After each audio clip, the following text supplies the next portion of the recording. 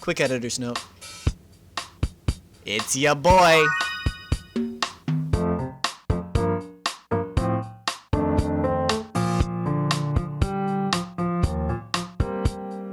I can summarize this entire video with the statement, why can't things in life be easy?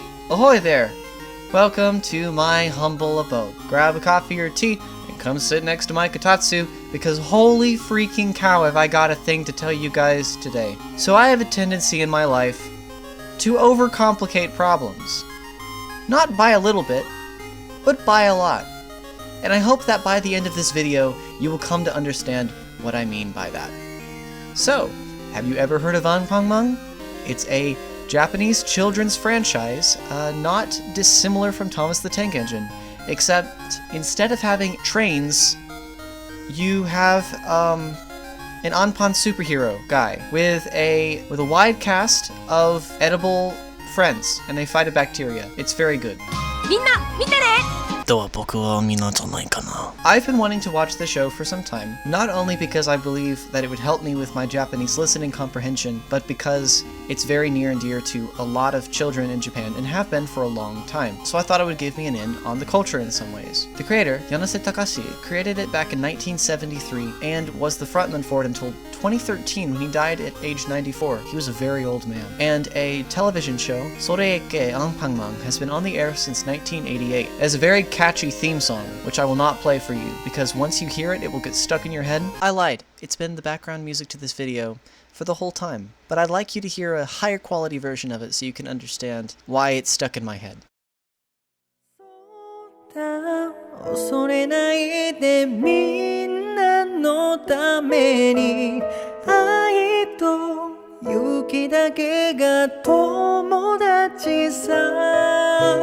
I don't care about being copyright claimed. I'm not making any money off of this. I just need to rant. I was in Sendai back last March, and I took a picture of everything I could find that was Anpanman related. And some of the objects I found, I did not even recognize the category of the object. That's how much merchandise there is. It's a big deal. So, how are you supposed to watch this show? That's a great question, because I don't even think I know the answer of it. For some reason, it's not even available on Crunchyroll. You'd think that being an anime that's beloved by many Japanese people, that it would be available on Crunchyroll. But no, the only shows they have on Crunchyroll are useless, and that breaks my heart. I could try checking out Netflix, but I can't confirm that it keeps the original Japanese audio, which is the point of me watching the show, and that's behind a paywall. And as you will come to know, I don't like spending money in any way. So, what am I supposed to do? Well, I'll tell you. So I like to overcomplicate everything. I decided that I was going to buy NordVPN. This is not a sponsored video. They're not paying me. I am paying them a substantial amount. But wait a minute, you said you don't like spending money. Well, I figured perhaps there are other uses for NordVPN besides getting Anpanman, and perhaps I will find them one day. This was a worthy investment, don't convince me otherwise. So, with my VPN set to Japan, I went ahead and reset my Windows location, I changed my browser location using a spoofing extension, I cleared my cookies, and I visited hulu.co.jp, and it knew I wasn't in Japan. To be fair, as a software engineer, I don't know why it didn't know I was in Japan. For all intents and purposes, I was in Japan. The IP address was Japanese, my location that it was sending was Japanese. If you were to open up a map application, it would stick me in the middle of some Family Mart. I am incredibly impressed and thoroughly disappointed. So I tried doing this on my phone as well. I went ahead and installed NordVPN, which I'm not quite sure what the extent of its VPN services on Android are. I went into my developer settings and I set my mock location to the same Family Mart. I've never been to this Family Mart, but I like it for some reason. I went ahead and reset my cookies. I went the whole 9 yards.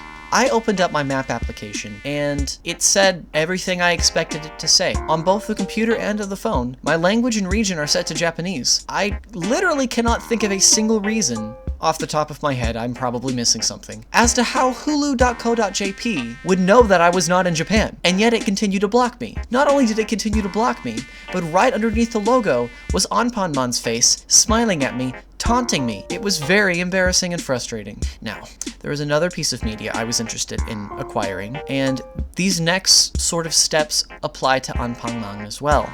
The other piece of media that I was interested in purchasing was this book by a certain Masahiro Sakurai. You may have heard of him as the Super Smash Bros. Dude and the Kirby dude. he wrote this book titled Sakurai Masahiro no Game ni Tsuite Amo Koto, which translates to Masahiro Sakurai's thoughts on video games. And by golly gee, do I want to hear his thoughts on video games. There's only one problem. The only version that you can buy in the States is a very expensive paperback, and I feel like we've already established my relationship with spending lots of money. Forget about NordVPN. This is unacceptable, I thought. I'm going to have to find some way to get the significantly cheaper ebook that is literally available on 20 different distributors in Japan. So this was my struggle. You see, I have to pay for these things once I finally find them. They're not just going to give me Anpanman or anything else really for free. And they don't really accept US dollars. I feel like this is common knowledge. I have to spend yen, but I don't own any yen in digital form. All the yen I own are physical, and I can't spend them anywhere. So even if I managed to activate these accounts, I would not be able to set up the account due to my lack of yen. However, I had a trick up my sleeve. You see, I've been mining Bitcoin for quite a long time, and Bitcoin is an international currency that can be exchanged for any currency. So my idea was, if I were to set up some sort of an account that would accept these Bitcoin withdrawals, then I could withdraw from those accounts Japanese yen into whatever sort of online account I wanted to use. Great, I thought to myself, this will be a great idea. There's only one problem. Japanese banks require you to be a citizen or have been in the country for an extended period of time, and I do not fall under either of those requirements. Therefore, I had to get a little bit creative. So I considered signing up for TransferWise, and then after considering, I did it. I went through the process, got myself verified with a passport photo, and ordered a debit card. This debit card, I believed, was supposed to allow me to withdraw money in any country, simply by putting in USD and getting out yen. Here's the problem. Japan seems to be one of the few exceptions that does not allow you to withdraw with the TransferWise card, and I figured this out after buying the card, waiting 2 weeks, and trying it to no avail. Oh well, now I've got this card. I can do something with it, surely. I don't know what, but I can. Moving on, I looked long and hard for something else that I could use. That's when I discovered Line Pay. It was recommended for expats. You see, all you need is a Japanese phone number, and then you can withdraw from this Line Pay card as many yen as you want. Great, this is perfect.